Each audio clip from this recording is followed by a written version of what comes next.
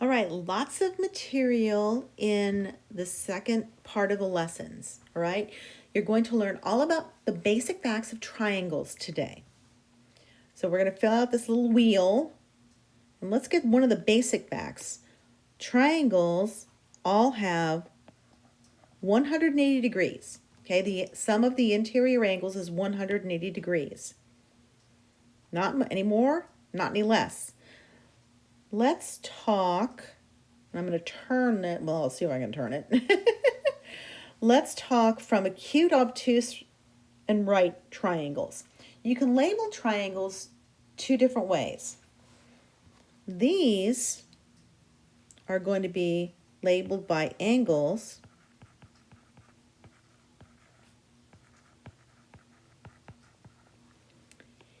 and these are labeled by sides.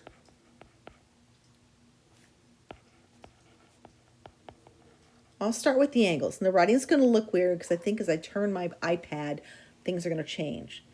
So in an acute triangle, you have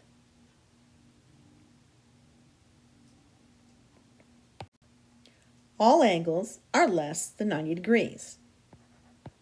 All angles less than 90 degrees.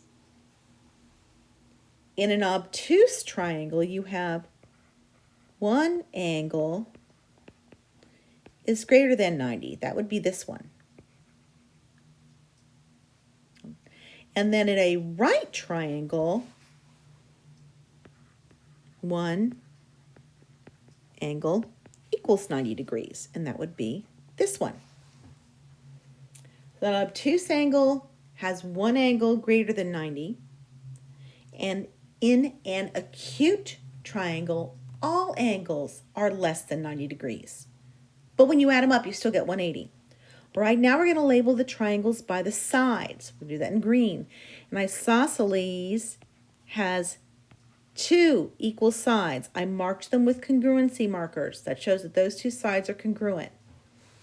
An equilateral has three equal sides. Lateral is side, equa means equal. It's a root. All three of those are congruent. Those are congruency markers. In a scalene triangle, you have 0 equal sides. Every single one of them is a different size. It doesn't mean the triangle's weird. It just means that every side has a different length. So study this chart. Pay attention to the congruency markers. And when you're doing your Alex assignments, if you click on explanation for some of the marks, that will help you also. Okay, next page. You're going to look at this and you are going to decide how to mark your triangles. So figure A, look at the measurements of all three sides. The measurements are the same. So this is where things get tricky. You know it's an equilateral, but it is also an isosceles, because an isosceles triangle has at least two congruent sides. So if it's equilateral, it's also isosceles. Let that one sink in for a minute. Let's look at triangle B. All three sides have different measurements. That is a scalene triangle. That's how you say it, scalene. Triangle C. Two sides have the same measurement. That is isosceles, because it meets the definition. At least two congruent sides. We have two congruent sides. So repeat after me. All equilateral triangles are isosceles. Go ahead and say that. But not all isosceles triangles are equilateral. Say that a couple of times. All right. Now, we're going to do the same thing, but you're going to have sides, you're going to have angles. You have to look at the triangle. And we're going to make some assumptions and some connections here. All right, so look at this first triangle with 7 sides of 7. All three sides are the same. so it is equilateral and it is isosceles. Now here's a connection you're going to make, and I'm going to write it here. If the angles are congruent, the opposite sides are.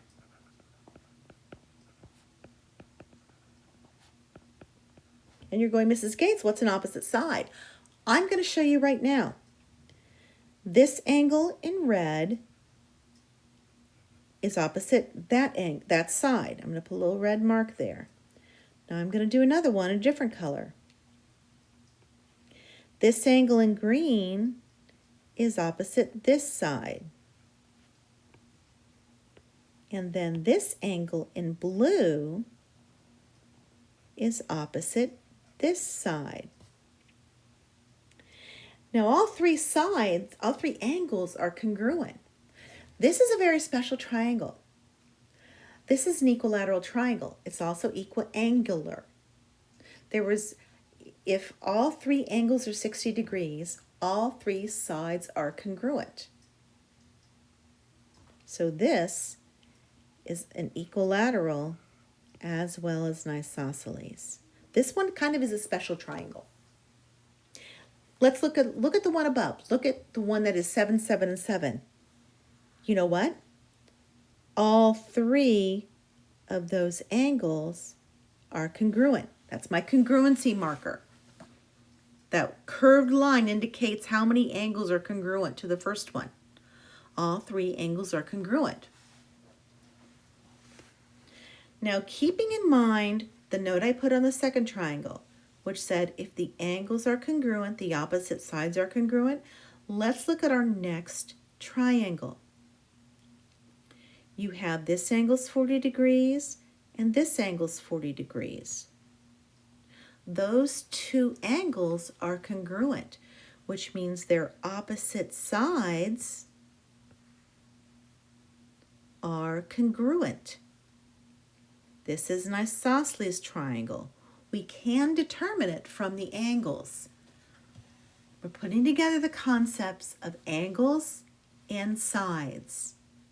You don't add up angles to get a side length, but you can show what side is opposite, works with an angle. Now let's take a look at our last triangle. All three side measures are different.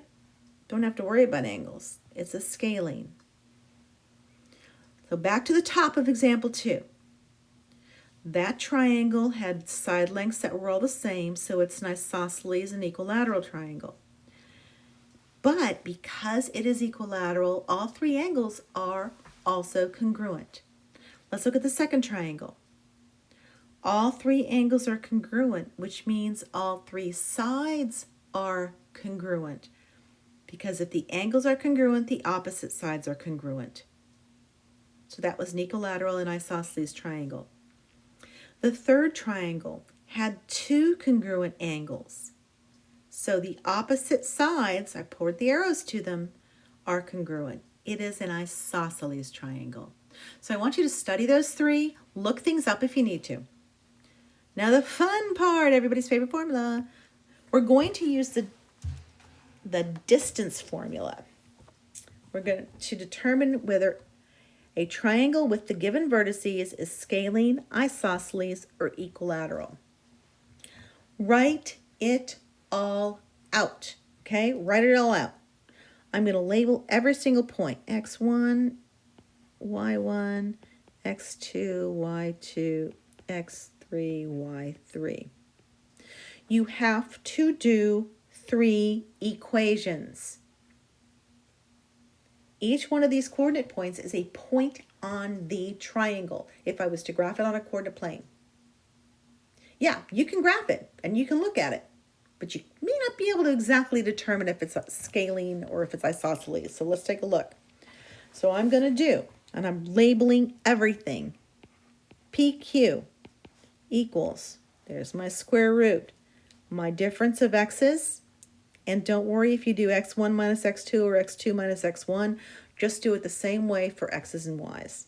So I've got negative 2 minus 6 squared plus 5 minus 5 squared.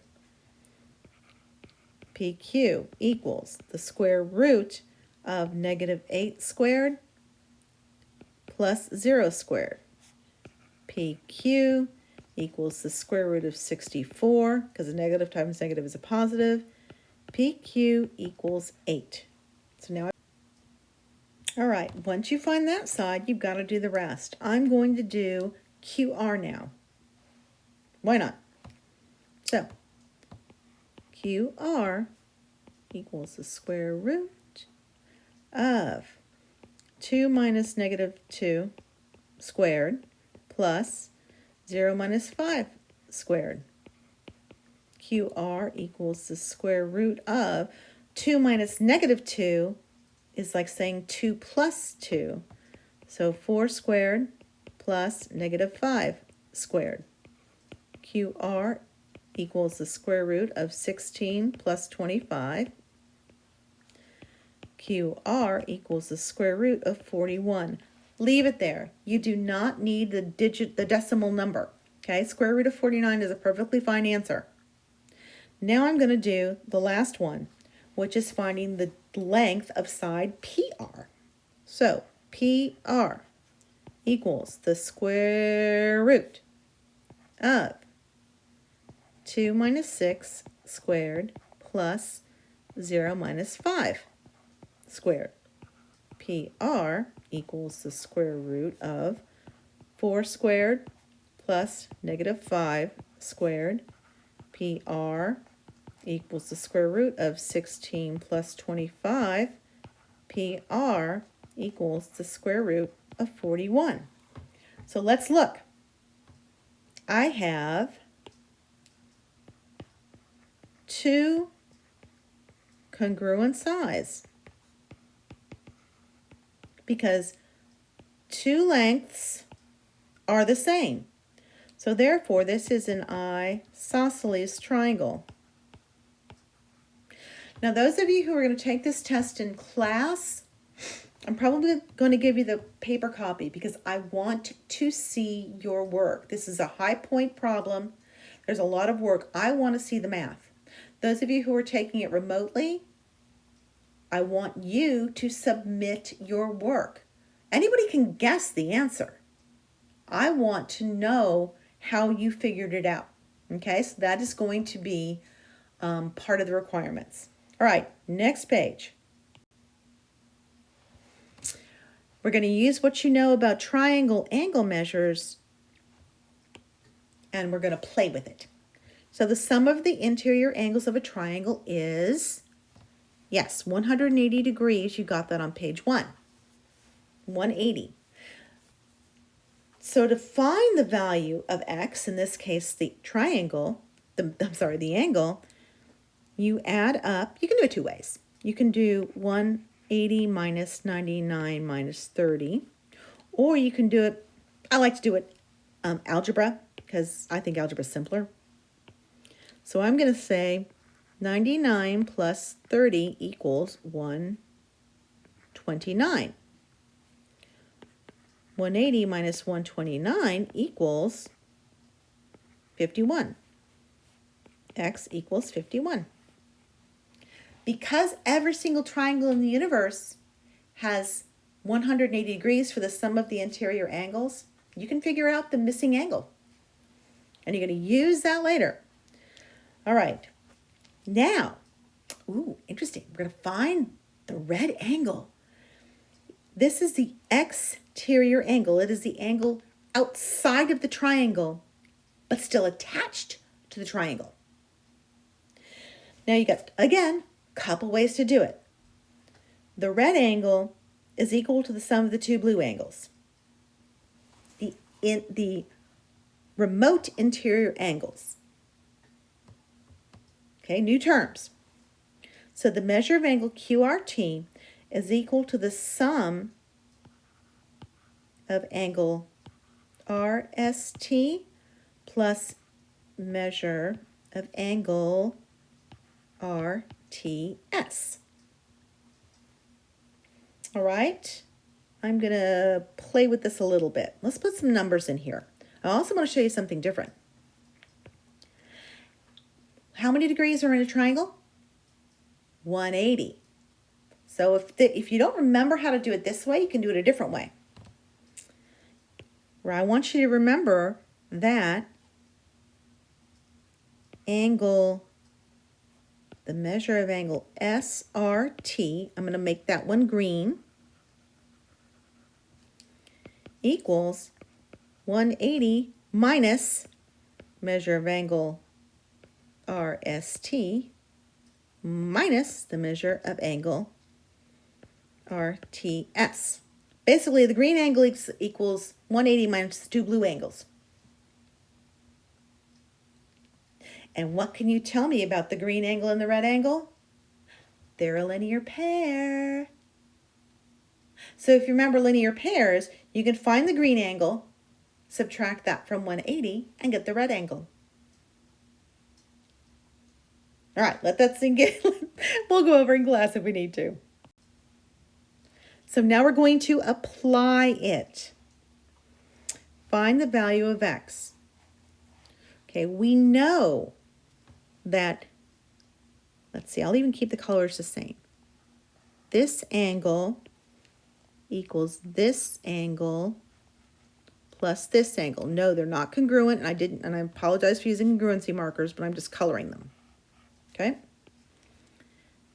The red angle equals the two blue angles. So we solve it like this. 127 minus 56 equals x. 71 equals x. Okay, same concept. Adding these two blue angles gives you the red angle. So 52 plus 68 equals x. 120 equals x. Okay? So I kept the colors the same as on the previous page, so you can help apply. Now, yes, we're throwing variables into everything. And I know you guys struggled when you were doing vertical pairs of angles and linear pairs, but this is when you are applying, all right? What do we know? We know sum of all interior angles is 180. So you're just going to add them. I'll write the equation over here. 5x plus 8 plus 4x plus x plus 2 equals 180. Going to combine our like terms. So I have 10x, combine our like terms, plus 10 equals 180.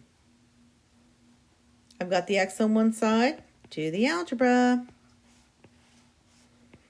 10x equals 170. X equals 17. Okay, so now you've got your tool. Now you've got to find your angles. 5 times 17 plus 8. 5 times 17 is 105? 85 plus 8, 93. That's one angle. All right, the other one, let's do, well, they're all easy actually. 17 is 68. And then 17 plus 2 is 19. Now, 20. Yeah. So I've got to make sure I'm right. I could have made a math error. You know me. So what you're going to do is you're going to check. Does 93 plus 68 plus 19 equal 180? Let's see. 151, 61, whoops, plus 19.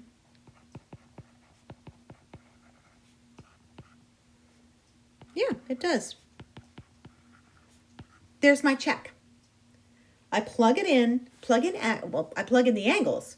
I want to make sure they add up to 180. If they do not, my X could be incorrect, my math finding one angle could be incorrect, or I might have added all three angles incorrectly. So show your work. This is going to be extremely important. All right, that's it.